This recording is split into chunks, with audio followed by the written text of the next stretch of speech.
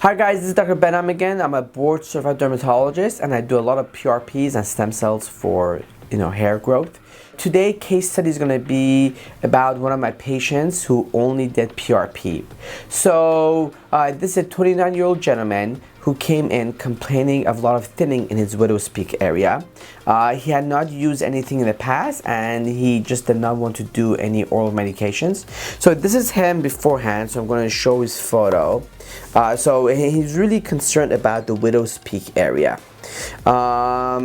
Typically in my office, when patients come in, their number one complaint is that, one, I don't want to take any oral medications that could have sexual side effects, which I understand. Or number two, they don't want to do any Rogaine or topical minoxidil because of the risk of irritations and the other issues that has with it.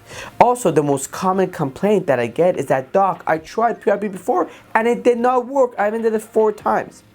So the answer that I give to patients like that, especially when they come and say, I've done PRP and it never worked before, is because PRP is done very differently by different people. No two chefs are gonna cook a burger the same way. So similarly, no two doctors are gonna do the same type of PRP. I've been doing PRP for 11 years and I always tell my patients I've been really good at it in the past 3 to 4 years. The way I was taught to do PRP was that, look, you draw a little bit of blood, you spin it for 2 minutes and you inject it and you're done. When I do PRP now, it literally takes me almost an hour to do it. And the reason is because we do it very differently. We first of all draw a lot of blood. We literally do 60 cc's of blood. That's almost 7 to 8 times more blood than the average person performing PRP. Number two, a lot of doctors just spin it for like 1 to 3 minutes. We're literally spinning it for almost 45 minutes to an hour. Also, we do double spin PRP. That means we spin it twice. You spin it once, you get a good part, and you spin it again.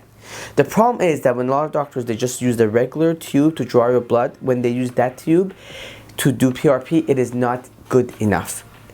And unfortunately, even when they do it 3 to 4 times, patients don't see the benefits and the results, and as a result, it gives patients a bad taste in their mouth.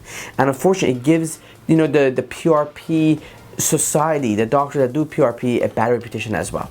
So my philosophy is that if you want to do it, you should do it right. Take your time and do it. So when I do this, I kind of treat it as a surgical procedure and I really take my time to do it well. And another important aspect of PRP is that you have to activate the PRP.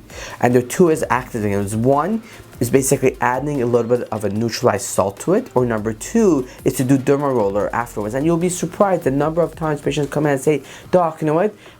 The PRP was done, but there was no derma roller done afterwards. Well, nothing is gonna work. It's just not gonna work. So, and lastly, we always number patients in the office when we do PRP for a couple of reasons. One, I need to inject the PRP in their correct plane. If you inject the PRP too deep, it's not gonna work. And I see photos all the time on Instagram where physicians are injecting the PRP, but you can't see the needle. You're too deep. You're missing the hairline and you're missing where the hair follicles sit, basically within the skin. So you need to be very superficial, what we call intradermal. And in order to really achieve that, the patient has to be numb. Otherwise, you cannot do the proper injection. When I'm doing PRP injection, it literally takes me physically 15 to 20 minutes just to do the injections.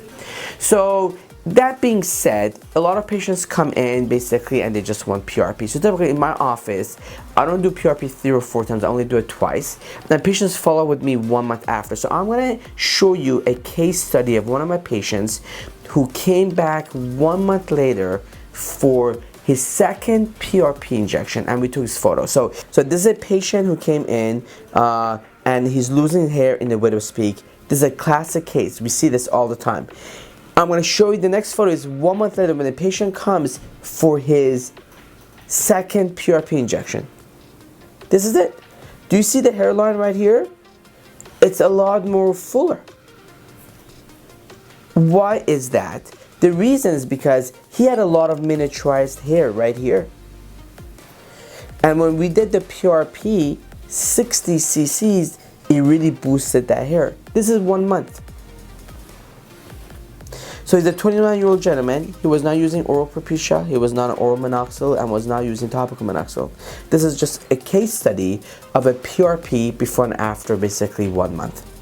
I hope the information was useful. If you have any questions, please send us an email or call the office. Have a nice day. Thank you so much.